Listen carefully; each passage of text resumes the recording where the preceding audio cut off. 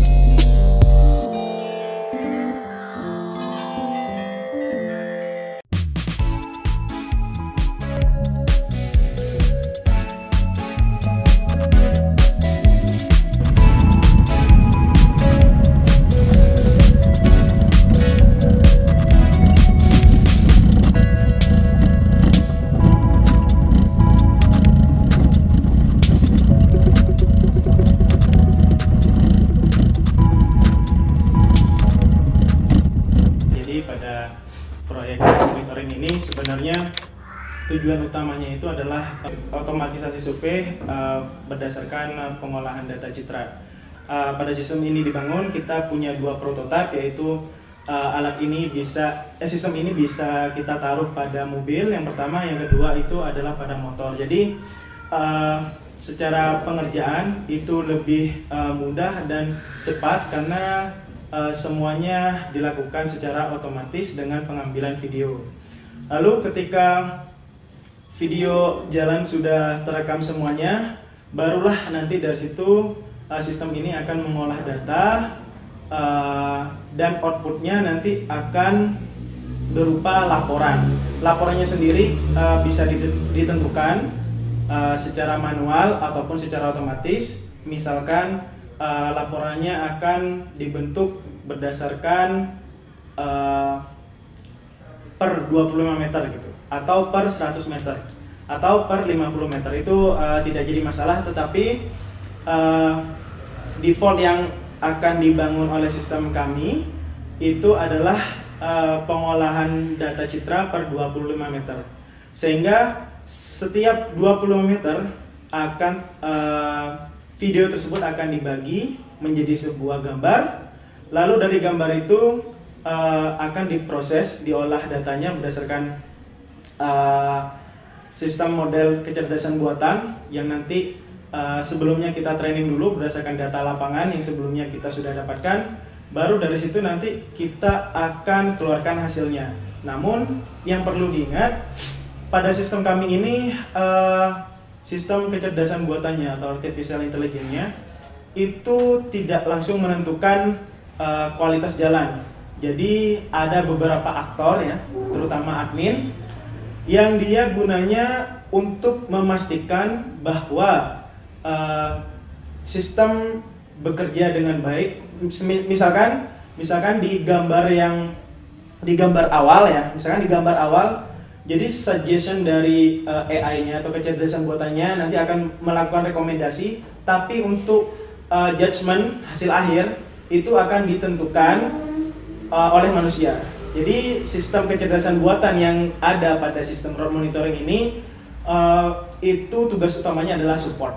Jadi dia bisa melakukan generate data berdasarkan data citra ya, tapi keputusan akhirnya tetap berada pada admin gitu ya. Admin ini dalam tanda kutip yang biasanya cross check jalan itu sudah datanya benar atau enggak gitu.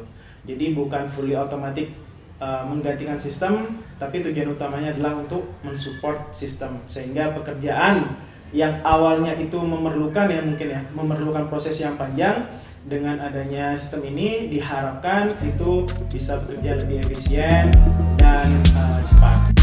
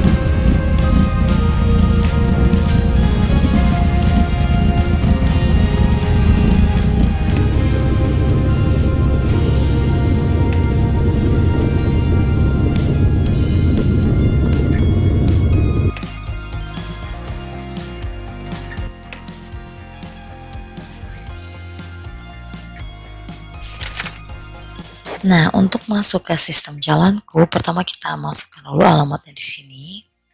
Kita ketikkan monitoring.pptik.id.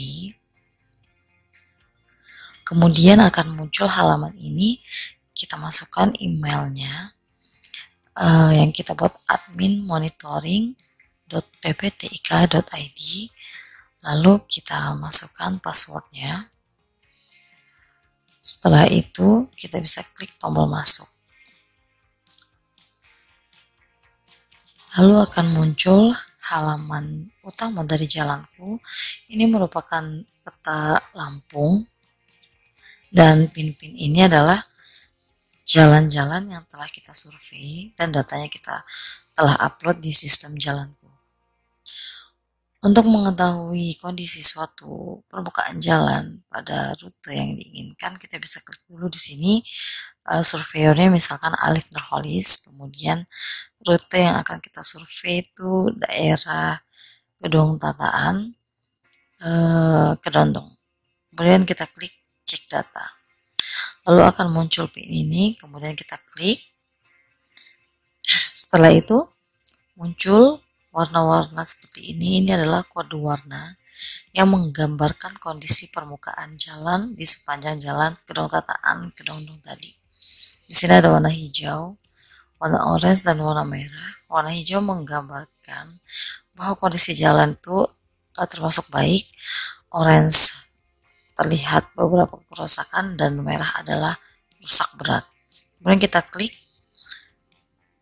jalan yang ini, nanti akan muncul tampilan gambarnya.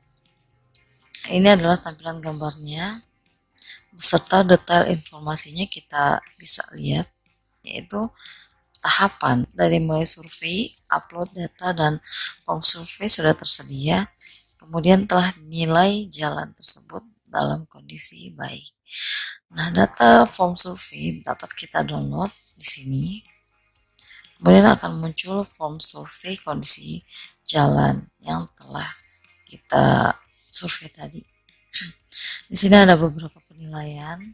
permukaan perkerasan, retak-retak. Di sini ada checklist-checklistnya dan kerusakan lain. Jadi form survei telah tersedia di sistem jalanku ini secara otomatis. Kemudian kita dapat menentukan tindakan selanjutnya, apakah akan ada perbaikan atau pemeliharaan pada jalan tersebut. Halo guys, perkenalkan nama saya Ruth Febrian Syanturi. Saya dari Universitas Bandar Lampung, Fakultas Ilmu Komputer. Saat ini saya berada di program studi informatika. Halo semuanya, di sini saya Alif Nurholis, mahasiswa dari Teknik Sipil Universitas Bandar Lampung. Hai guys, saya Javandra Safinsaka, mahasiswa informatika Universitas Bandar Lampung, semester 7 yang mengambil program MBKM. Oke, kesan saya selama mengikuti program Kampus Merdeka ini ya sangat luar biasa ya teman-teman. Dimana saya benar-benar real dengan kehidupan dan masalah-masalah yang ada di sekitar masyarakat. Bagaimana saya memiliki critical thinking untuk menyelesaikan masalah, nggak hanya sebatas teori.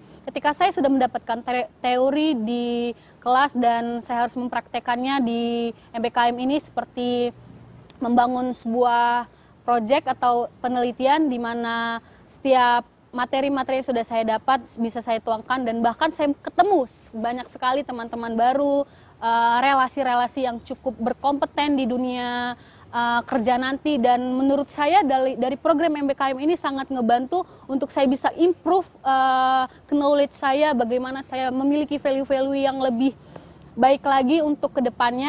Kesan yang didapat, saya dapat mempelajari tentang lebih dalam bagaimana perkerasan jalan, permukaan jalan, dan lain-lain sebagainya. Pelajaran yang ada di kelas bisa diterapkan langsung di lapangan. Karena ini bergabung dengan mahasiswa FIK, saya dapat mempelajari tentang dasar-dasar pemrograman, di mana belajar tentang Flutter, Node.js, dan JavaScript. Pada program MBKM kali ini saya mendapatkan opportunity untuk belajar kepada expertise yang sudah berpengalaman dalam bidangnya, yang dapat mempertajam kembali ilmu-ilmu yang saya terima di kampus. Terima kasih banyak kepada pemerintah dan program Matching Fund yang sudah mendukung dan mensupport kegiatan ini hingga berjalan sampai selesai. Halo, saya Roni Hasudungan Purba, dosen program studi Teknik Sipil, Fakultas Teknik, Universitas Bandar Lampung. Di video ini saya akan menjelaskan peran saya sebagai dosen pembimbing untuk kegiatan MBKM skema penelitian. Ketepatan saya mendapatkan hibah Matching Fund tahun 2022. Topik kegiatannya itu adalah bagaimana kita mengimplementasikan teknologi fotogrametri dan artificial intelligence untuk menilai kondisi permukaan jalan, tingkat kerusakannya baik dalam kondisi baik sampai akhirnya kondisi rusak berat. Di kegiatan Matching Fund 2022 ini saya dibantu oleh 7 mahasiswa teknik sipil dan 3 mahasiswa ilmu komputer. Jadi kegiatan MBKM penelitian ini adalah kolaborasi kedua program studi. Jadi terkhusus untuk mahasiswa teknik sipil, di kegiatan ini mereka terlibat dalam mengembangkan sistem artificial intelligence-nya. Mereka berkegiatan di Bandung, ketepatan kegiatan MBKM ini juga ada kerjasama dengan dosen di ITB. Mereka berkecimpung di dalam pembentukan program artificial intelligence-nya untuk penilaian kondisi permukaan jalan, dan mereka juga terlibat dalam melakukan survei kondisi permukaan jalan di ruas jalan yang ada di Bandar Lampung. Jadi menurut saya kegiatan MBKM yang mereka lakukan ini cukup berimpact positif buat mahasiswa yang terlibat ya. Salah satunya yang pertama adalah mereka belajar lintas program studi. Mahasiswa teknik sipil mempelajari topik-topik yang biasanya adalah mahasiswa ilmu komputer. Dan yang kedua, mereka langsung melihat secara nyata di proyek mengenai jalan raya, konstruksi jalan raya. Ketika mereka melakukan survei, mereka tahu kondisi kerusakan jalan raya itu seperti apa, bagaimana menilainya. Mereka langsung mengetahui dari bimbingan dosen-dosen. Saya kira ini satu metode pembelajaran MBKM yang bagus, yang perlu diikutin oleh semakin banyak mahasiswa MBKM. Namun dari berjalannya proses MBKM ini ada beberapa hal yang mungkin yang bisa saya sarankan. Yang pertama mungkin secara administrasi perlu diperbaiki agar semakin ramping dan memudahkan mahasiswa juga untuk mentransfer penilaian dari MBKM menjadi nilai kelas. Dan yang kedua, saya rasa juga mahasiswa yang terlibat itu sebaiknya tidak mengikuti perkuliahan formal lagi. Tidak berbaur kuliah yang formal dan kuliah MBKM supaya lebih fokus kepada menyelesaikan proyek yang mereka kerjakan di MBKM. Saya rasa itu yang bisa saya sampaikan. Saya berharap semester-semester selanjutnya semakin banyak mahasiswa teknik sipil dan program studi teknik yang lain yang bergabung kepada kegiatan MBKM di UPL ini. Terima kasih, sampai ketemu di proyek MBKM selanjutnya.